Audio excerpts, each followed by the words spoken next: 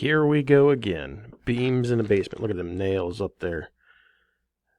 Another one here, another beam. Put some nails up there to hold that up there. There's a nice one down here. See that pulling away? That is nuts. Look at this. This has got to be homemade. Again, some nails holding that big metal beam on there with a big crack right down the middle of the wall. Remember, we're paying top dollars for these houses these days. Come over here, take a look. And another beam, and their board's actually cracked because it's moved there and it snapped the board already. Unbelievable. Top dollar, but that's not the worst. We'll get here in a second. Coming down. Oh, look at that. It's cracked off the bottom row.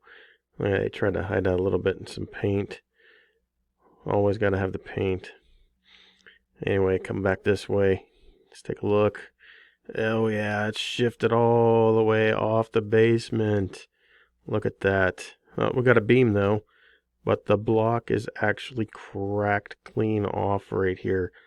Look at this.